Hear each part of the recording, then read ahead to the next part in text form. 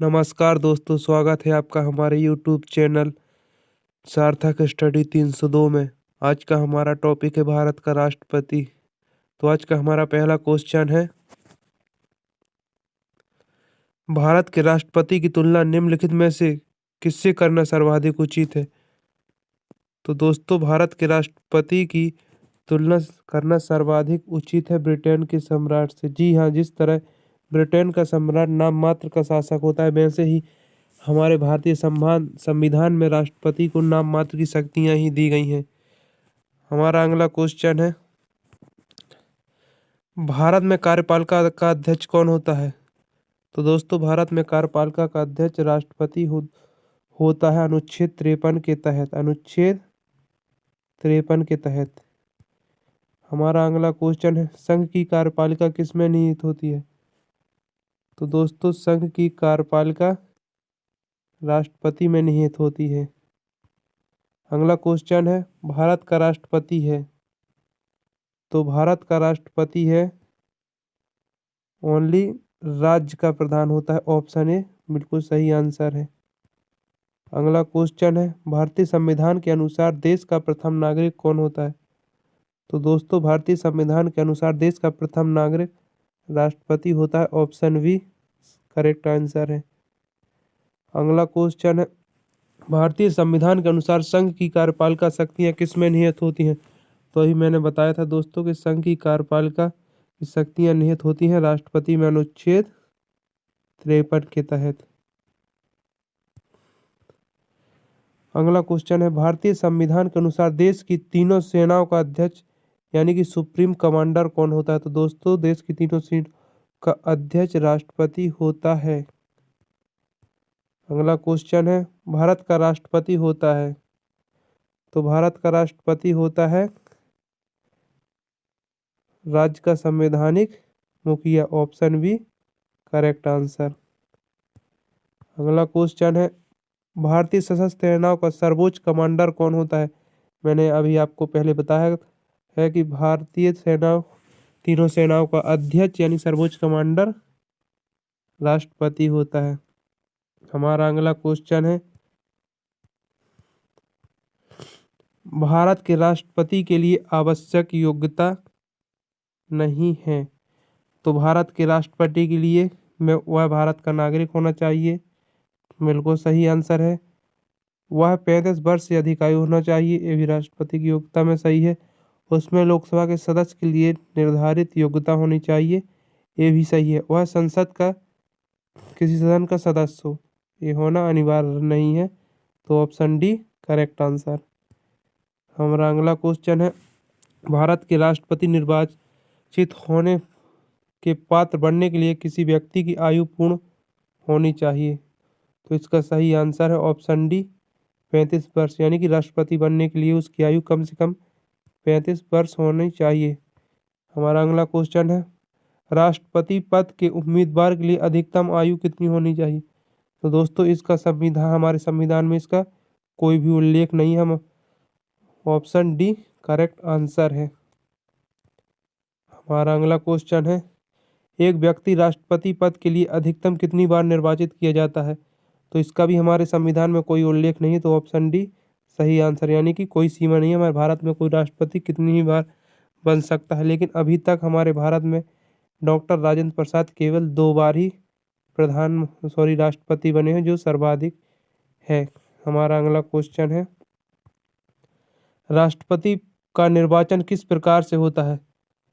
तो दोस्तों, राष्ट्रपति का निर्वाचन अप्रत्यक्ष रूप से होता है, मतलब इसमें जनता नहीं, जनता के द्वारा चुने हुए प्रतिनिधित्व ही वोट देते हैं, जिसमें हमारे राज्यसभा के सदस्य ओनली जो निर्वाचित हुए हैं, मनोनीत नहीं।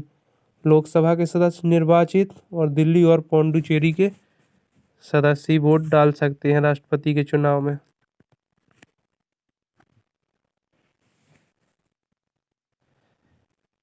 हमारा अगला क्वेश्चन है, राष्ट्रपति पद के निर्वाचन हेतु कौन सी पद्धति अपनाई गई है।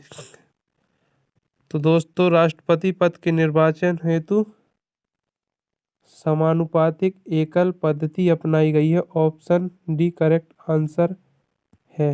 हमारा अगला क्वेश्चन है, राष्ट्रपति पद के चुनाव संबंधी विवादों को किसे निर्देशित किया जाता है? तो दोस्तों, राष्ट्रपति के पद में यदि कोई भी अड़चन या कोई भी चुनाव संबंधी विवाद होता है तो इसका निर्णय उच्चतम न्यायालय लेता है। हमारा अगला क्वेश्चन है, राष्ट्रपति पद के चुनाव के लिए प्रस्तावक एवं अनुमोदकों की कम से कम कितनी संख्या होनी चाहिए?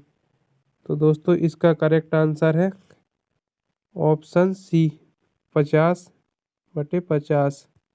या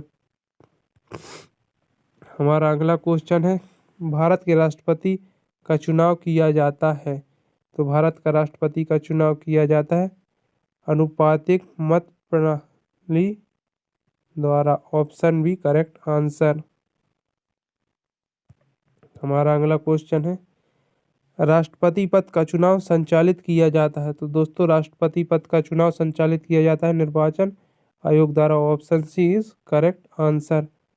हमारा अगला क्वेश्चन है, राष्ट्रपति चुनाव संबंधी मामले किसके पास भेजे जाते हैं?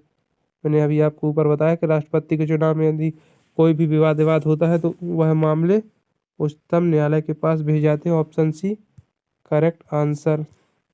हमारा अगला क्वेश्चन है, राष्ट्रपति पद का उल्लेख संविधान के किस अनुच्छेद में है? तो दोस्तों, राष्ट्रपति पद का उल्लेख संविधान के 52वें अनुच्छेद में है। Option C correct answer.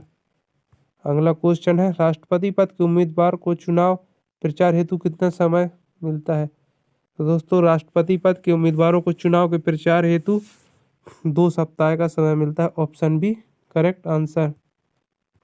अगला क्वेश्चन है, किस अनुच्छेद के तहत राष्ट्रपति अपने पद ग्रहण करने की तिथि से 5 वर्ष की अवधि तक अपने पद पर बना रहता है? तो सर, इसका करेक्ट आंसर है ऑप्शन बी 26। हाँ, राष्ट्रपति अनुच्छेद 56 के अनुसार किसी पद को 5 वर्ष तक ग्रहण कर सकता है। हमारा अगला क्वेश्चन है, भारत के राष्ट्रपति को उसके पद से हटाया जा सकता है? तो भारत के राष्ट्रपति को उसके पद से संसद द्वारा महाभियोग लगाकर हटाया जा सकता है। हमारा अगला क्वेश्चन है, भारत के राष्ट्रपति को उसके पद से हटाने की प्रक्रिया है?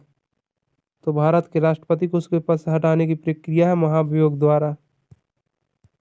और अगला क्वेश्चन है, किस अनुच्छेद के तहत भारत के राष्ट्रपति पर महाभियोग की प्रक्रिया की जा सकती है? तो भारत के राष्ट्रपति पर अनुच्छेद 61 के तहत महाभियोग की प्रक्रिया की जा सकती है। अगला क्वेश्चन है, राष्ट्रपति पद के लिए योग्यता किस अनुच्छेद में दी गई है? तो राष्ट्रपति पद की योग्यता अनुच्छेद 58 में दी हुई है। अगला क्वेश्चन है, भारत के राष्ट्रपति की शपथ का उल्लेख किस अनुच्छेद में दिया है?